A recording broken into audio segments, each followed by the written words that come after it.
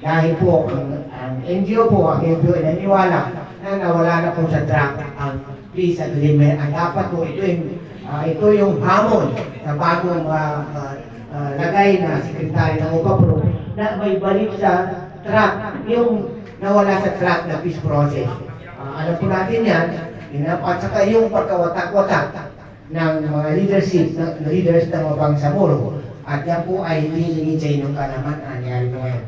So, dapat tututukan ng bagong sekretary o UPAPRO kung paano mabalik sa track ang peace process. What normalization at political track hanggang sa ito po ay matapos. So, sa ngayon po ay wala pa po tayo, wala pa tayong na-receive, nalaman na exit agreement na pinapalabas. Maraming salamat po. Sa sektor ng kababaihan at kabataang Bangsamoro, kami ay nagagala, sabi nga ng kasama ko dito. We have high hopes, expectation, and at the same time, very optimistic tayo. But take note, our optimism is actually from the possibility of corrective action, not by blind support. No? So, ibig sabihin, kami dito sa leadership ng League of the Bangsamoro Organization, we still remain vigilant, and at the same time, if ever na we see na meron pa rin similar na pangyayaring nangyari sa dating sa leadership ng OPAPRO, we will see to it sa level ng civil society organization. We will raise these concerns responsibly with the intention of improving the outcomes rather than politicizing the issues. High hopes tayo because the background itself ng ating good secretary, sabi nga ng ating peace implementing chairperson, no, na si Sir IQ, ay sabi niya, this is a civil responsibility, civic responsibility, and nakikita natin na yung background ng ating secretary will help us to bring a new flavor sa table. It is not all about kung sino yung dating nakaupo, and it's not all about kung sino yung nakaupo ngayon. It's all about how and what he can offer to the table. How can he make sure na unang-una yung ating ma-preserve niya ang integrity ng CAB natin. Unang-una ay ma-ensure na ang implementation ng Comprehensive Agreement of the Bangsamoro ay bilateral, not unilateral, faithfully and principled. Na yung mga shortcomings, ma-rectify yung mga shortcomings na meron man sa previous leadership, and ma-strengthen kung ano yung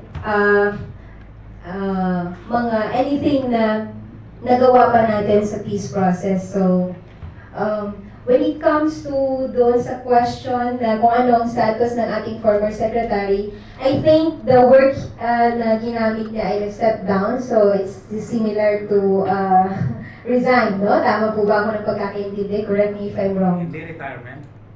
Retirement, yun yung sabi niya, retirement, no? Sa na-publish niya. So nag-retire siya dun for almost 40 years in service. But yes, 46 years in the service.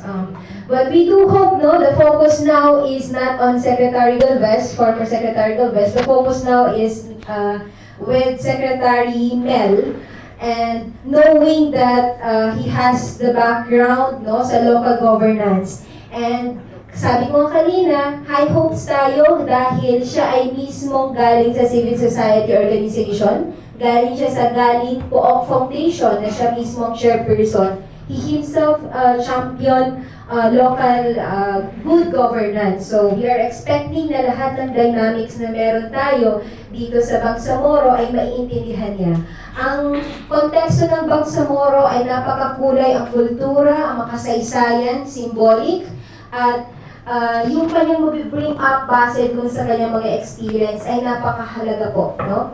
We see, we know that the job, the new role that he has right now is quite complex, no?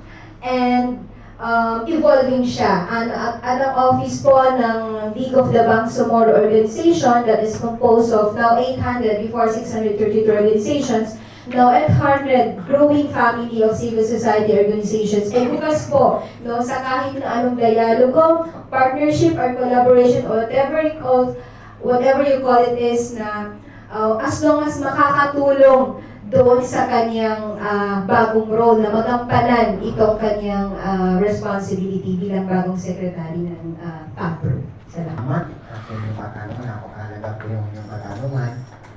Yung po sa balikan natin ang peace agreement ay doon po sa last track po ay dapat po ay magpalabas ang ating third party monitoring team ng exit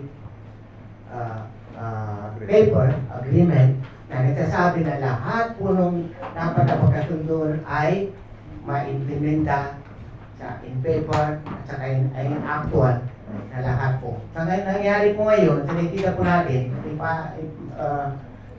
in my own opinion is that kung halimbawa po magkakaroon po na matuloy po ang ating eleksyon coming September 14 po nitong taon, ay ang dapat po, ayan po ay nasahan po natin, ay ang eleksyon na yan ay dapat ay magkaroon ng unang parliamentary election na wala nang alalahanin ang Bangsamoro Autonomous Region ng Muslim.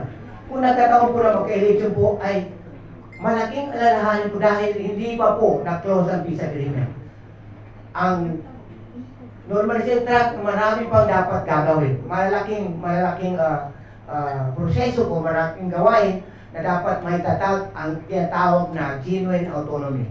Sa tingin ko po, sa aking opinion, ay hindi natin makamit ang genuine autonomy kahit po tayo magkaroon ng halalan sa September 14 dahil po marami pang alalahanin.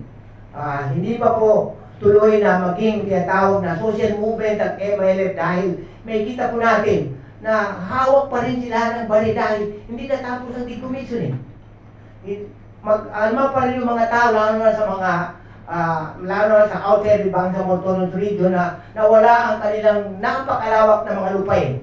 Ang mga massacre, mga injustices, sa huli ng ang reparation na nakikita natin dapat doon sa mga sinadyang sinira ang kanilang mga kabuhayan. So, sa tingin ko, napakahirap po na magkaroon ng autonomous region yung Muslim Mindanao sabay after September 14 dahil marami pang dapat yan wala na po maralahanin sa politika track, lahat ng batasan ay pasa na ng BTA, lahat ng mga gawain under sa normalization track, like commissioning, transitional justice reconciliation commission, yung transformation ng MILF camps, ang mga relief rehabilitation ng mga devastated areas na Bangsamoro, yung mga tinatawag na